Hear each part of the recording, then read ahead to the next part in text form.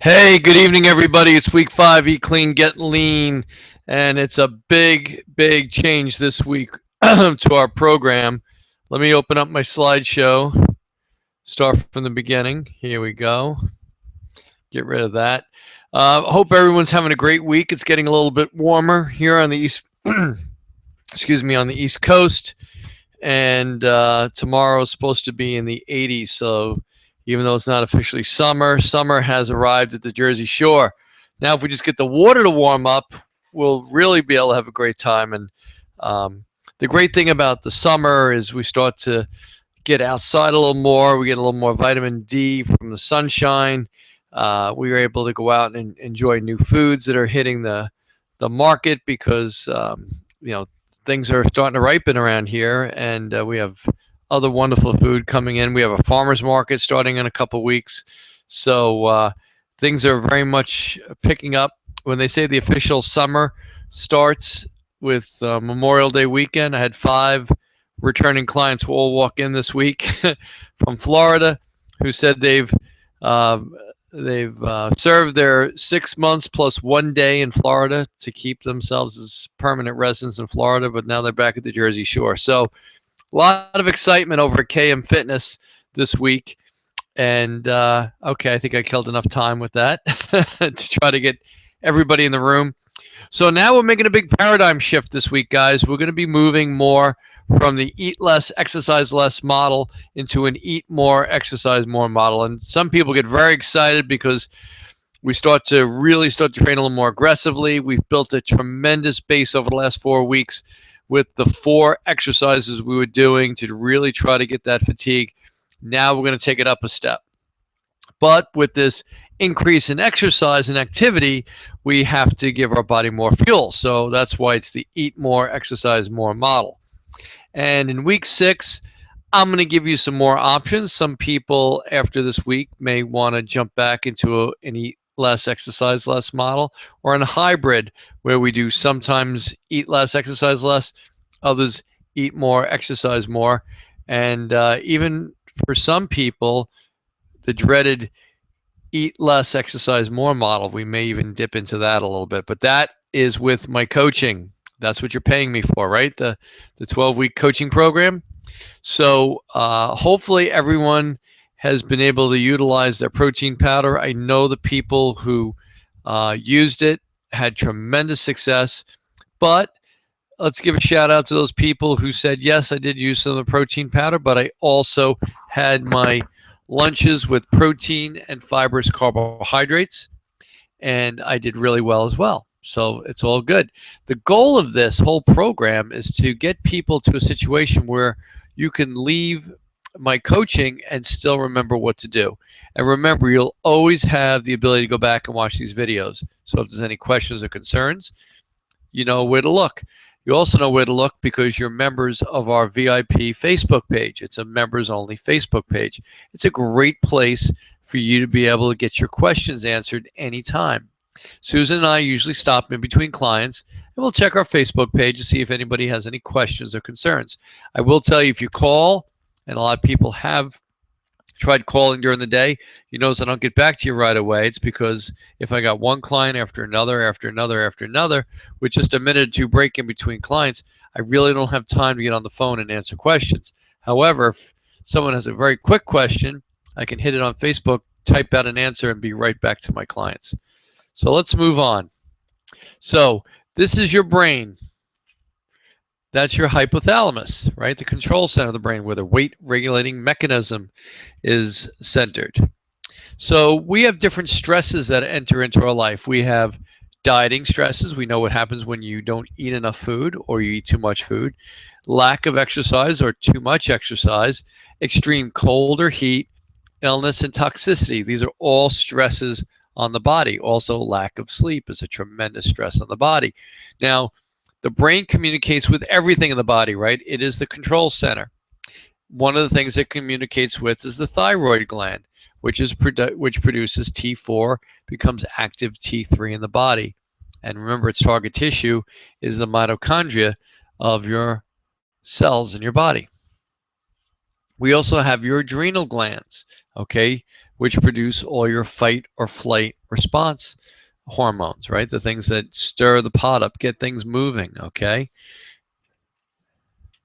And we also have the gonads where the testosterone, estrogen are produced. And remember, we have pituitary gland, and that's where the human growth hormone is produced. So here we go. All these things are all communicating with the brain. You see all the arrows coming out, but you also see arrows going back. So if the hypothalamus says, oh, well, we need to make more testosterone because things are improving, we need some more tissue repair going on, they have to be able to speak to the gonads. Conversely, they talk back to the hypothalamus to tell the brain what's going on in their respective organs, and the thyroid and the adrenals. They all talk together.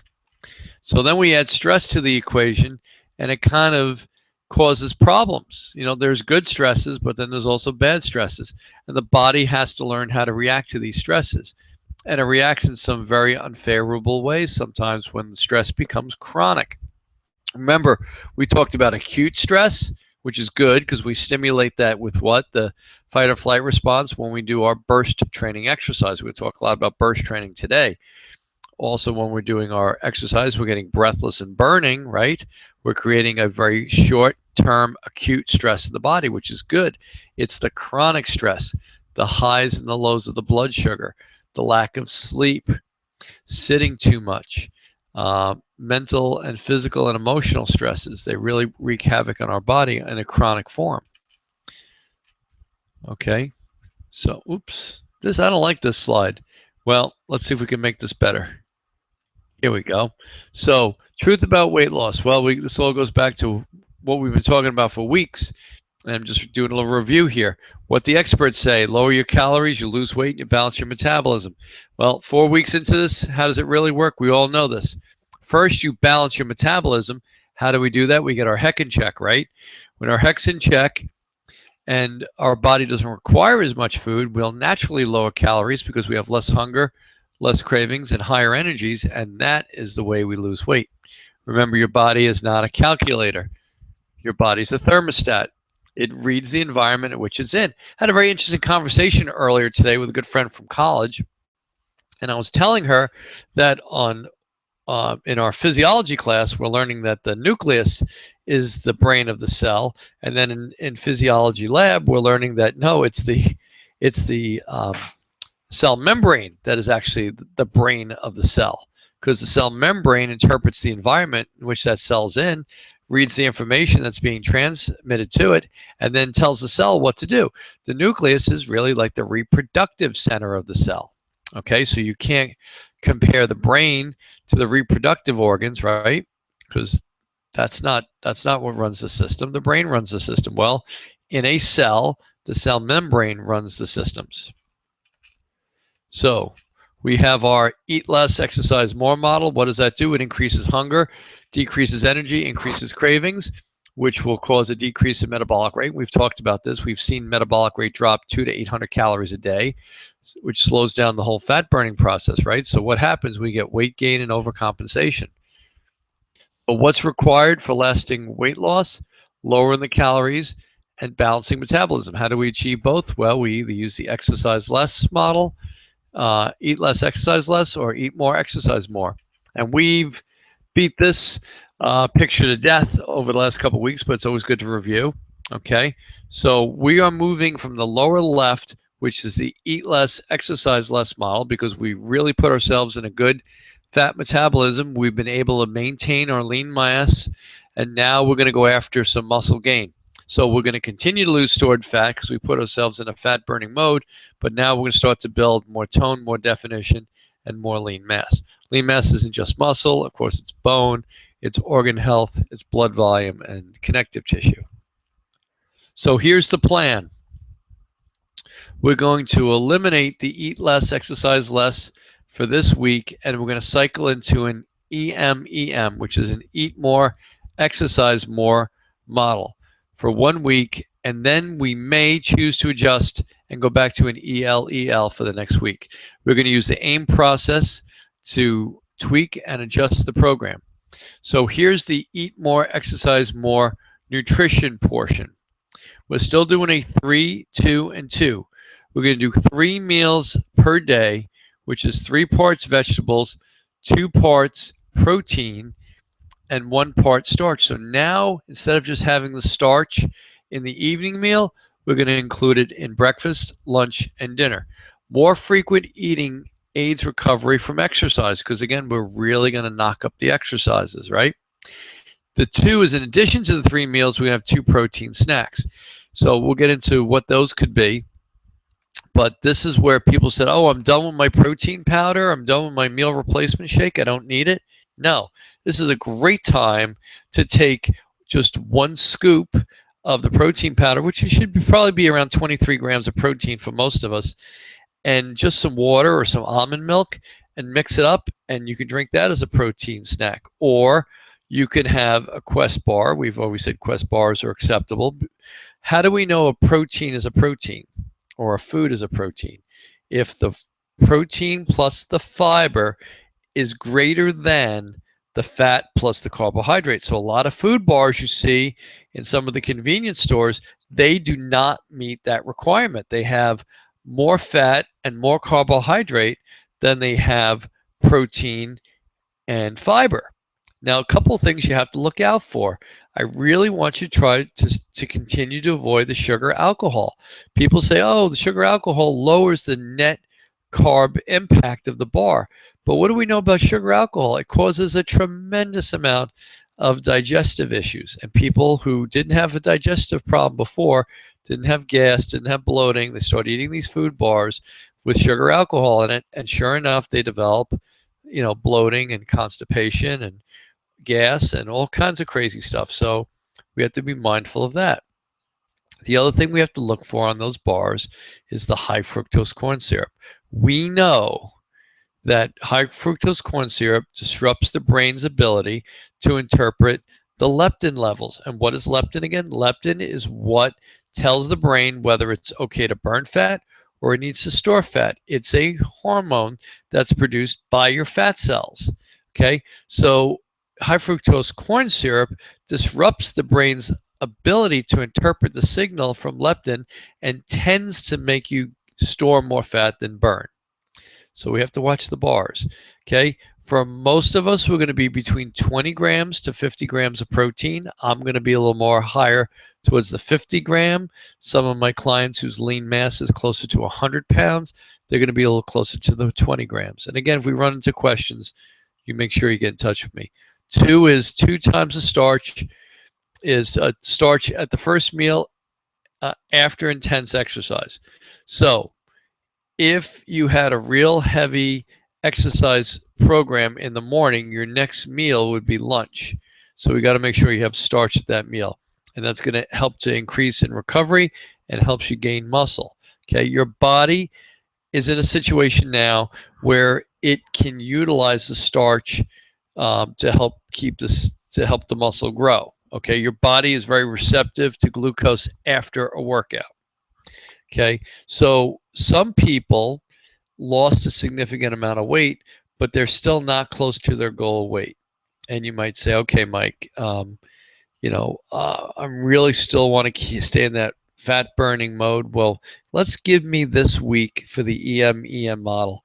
And then I'll coach you for the next 6 weeks on what we're going to make changes in. But for now, we're all going to try to go back into an eat more, exercise more model. So here's a picture of your plate. Half the plate is vegetables, a quarter of the plate is lean protein.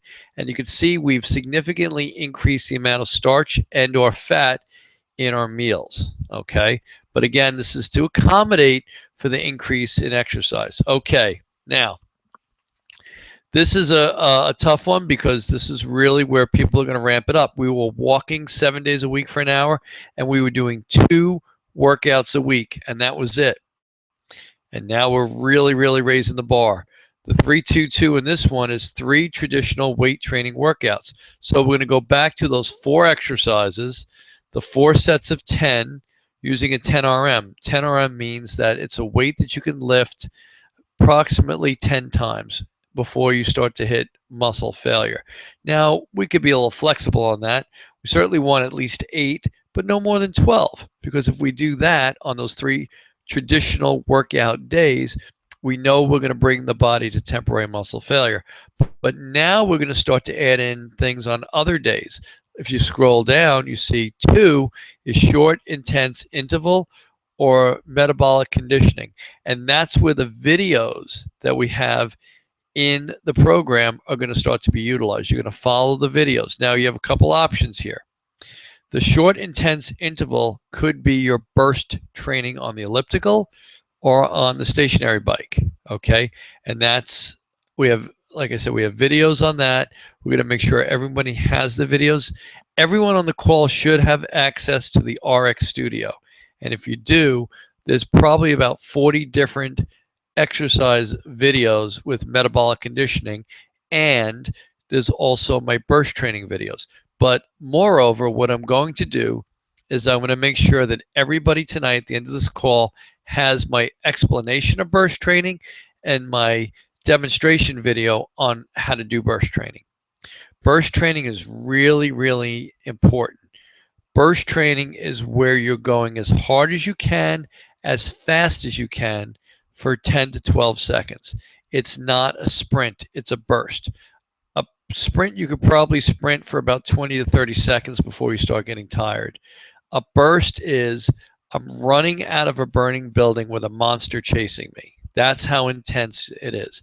Now, some people say, why can't I do it on the treadmill?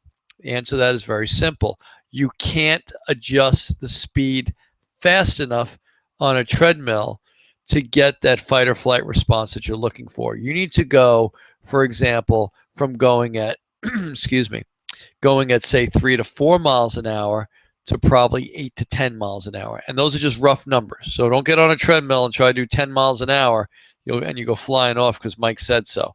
I'm just giving you an example. So you can do that on an elliptical, and you can do that on an exercise bike because you can change speed instantaneously. Now, if you want to do it in a sprint mode with running, you have to go outside, because outside you're on the ground, there's no treadmill, you can go ahead and change speeds. I can think of a woman I know who's in phenomenal condition, and she goes to the track and she'll do her burst training on the track. She'll walk about 3/4 of it, and she probably sprints somewhere around 60 to 80 yards, and that's her 10 to 12 seconds. She tried to do 100 yards, then she wouldn't be able to stay at the burst level because she can't do that in 10 to 12 seconds. Okay, world class, just to give you an idea, world class sprinters run 100 yards in about 10 seconds.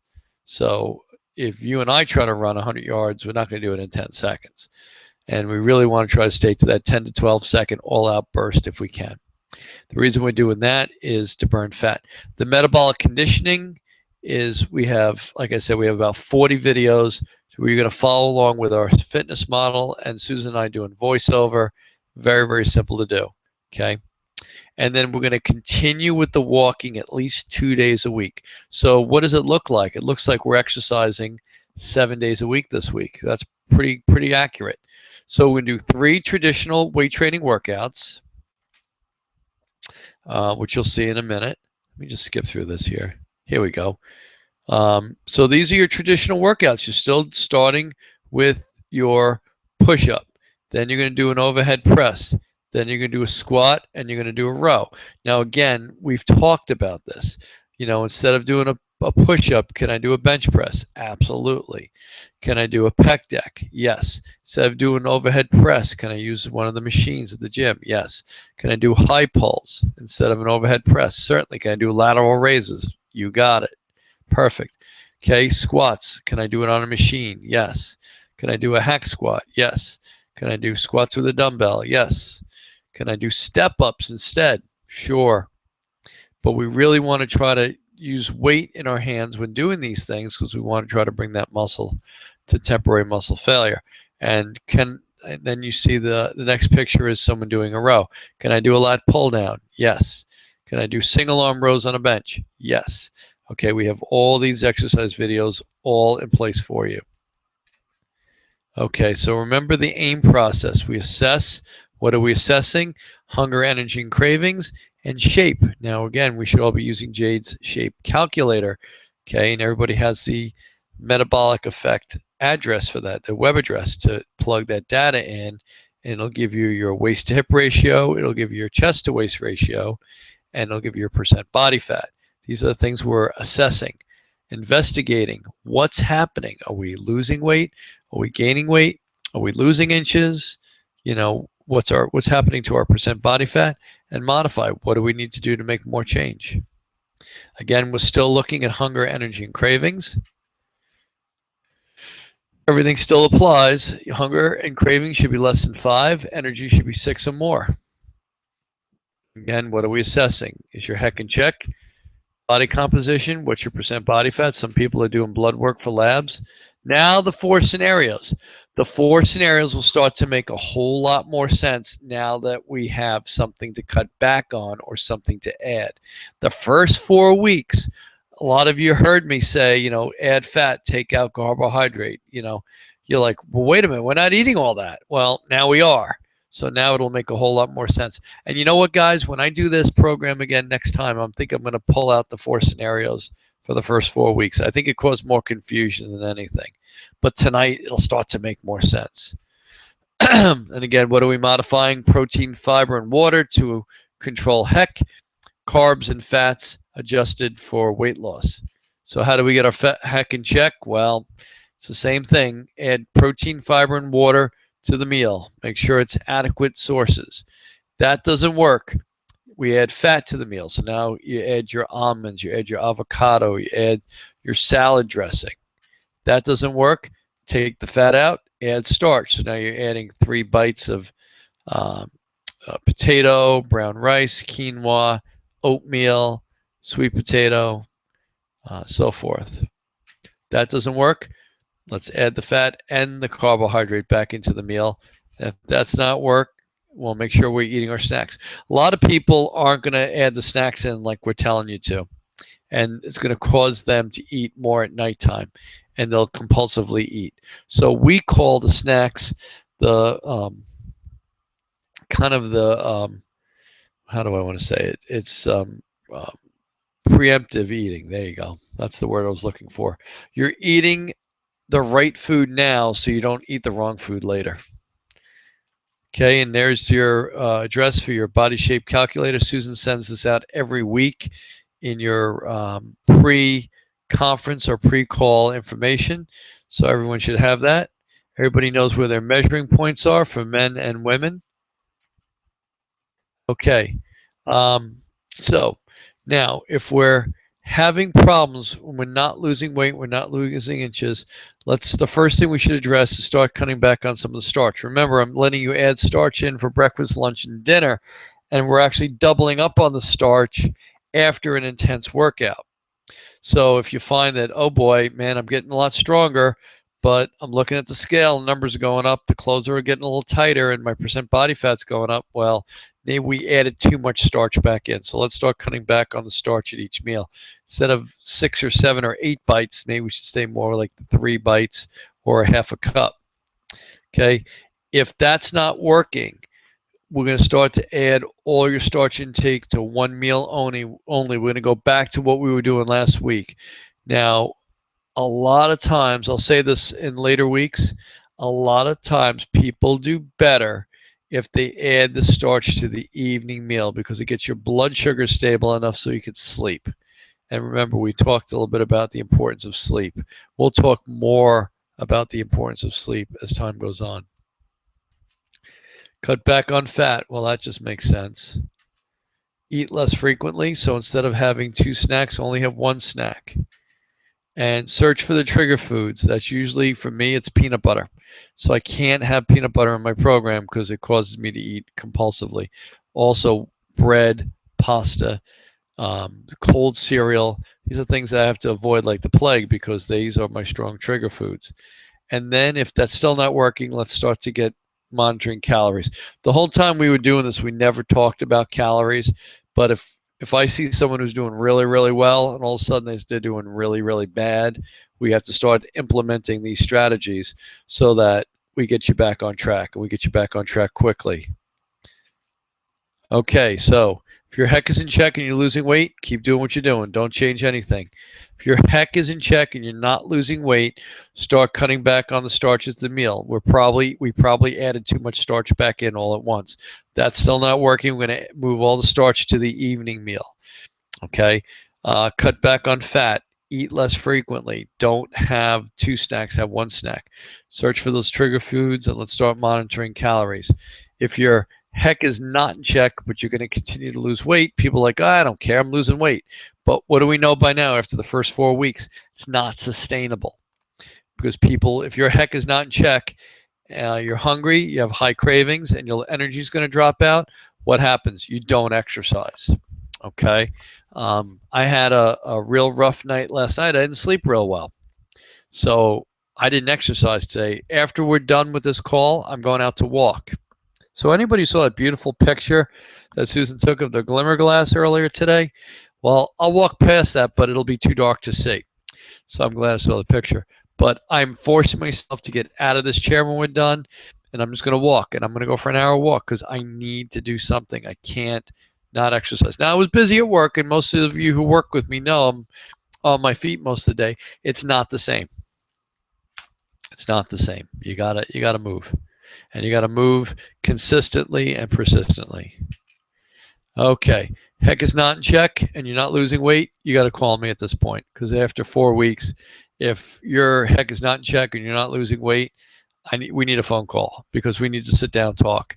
I really need to go through these 7 items with you here, and we need to get a much stronger game plan. I'll be introducing some new tools along the way that I got my hands on that I want to share with you, but tonight was not the night because I had so much to go over tonight. I didn't want to introduce any other new tools. That's the end of week 5. So let me dive out of here, and I'm going to go back here, and I'm going to go here, and I'm going to go back to chat. And if anyone has any questions or concerns, now's your chance. So I'll say hello.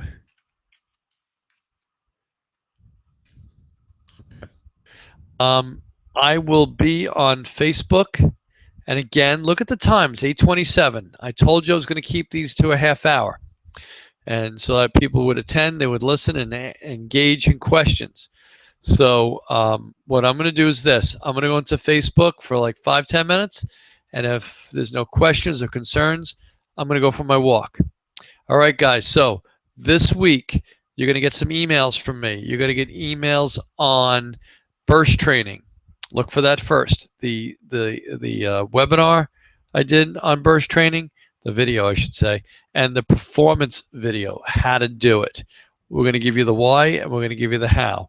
Then everyone should be able to get into RX Studio where all the videos are stored, and let's start using the metabolic training videos, and let's start doing at least 1 metabolic program per week. It's a 20-minute interval style program where Susan and I voice over with a fitness model, and there's PDFs. So if you don't want to listen to me every time you do it, just use the PDF, and you could look at the words and just take it to the gym with you, or we'll do it at during our workouts. I can tell you, I have a couple clients. I'm thinking of one right now. She's a younger lady. She's doing phenomenally well. She's been eating the way she's supposed to eat. She's been attending her exercises. She works full time, and she's just doing so well. And she has so much support from her boyfriend. We're really, really proud of her. So, and she knows who she is. But that's the kind of things that can happen when someone is persistent and consistent in their program. If you're kind of starting and stopping, you're losing traction. You're not going to get where you want to go. If you're on an icy hill and you're moving up the hill, keep the wheels spinning. Don't let go of the accelerator. You'll start rolling backwards again. Eventually you'll get to the top of the hill, but it's going to be a lot more painful and take a whole lot longer. All right, I got no questions. So with that, I am going to shut down. Everybody have a great night. And again, look for the videos coming at you on burst training, and let's start using the metabolic training programs, and let's eat clean, get lean, get ready for summer. All right, take care. Have a great night. Bye-bye.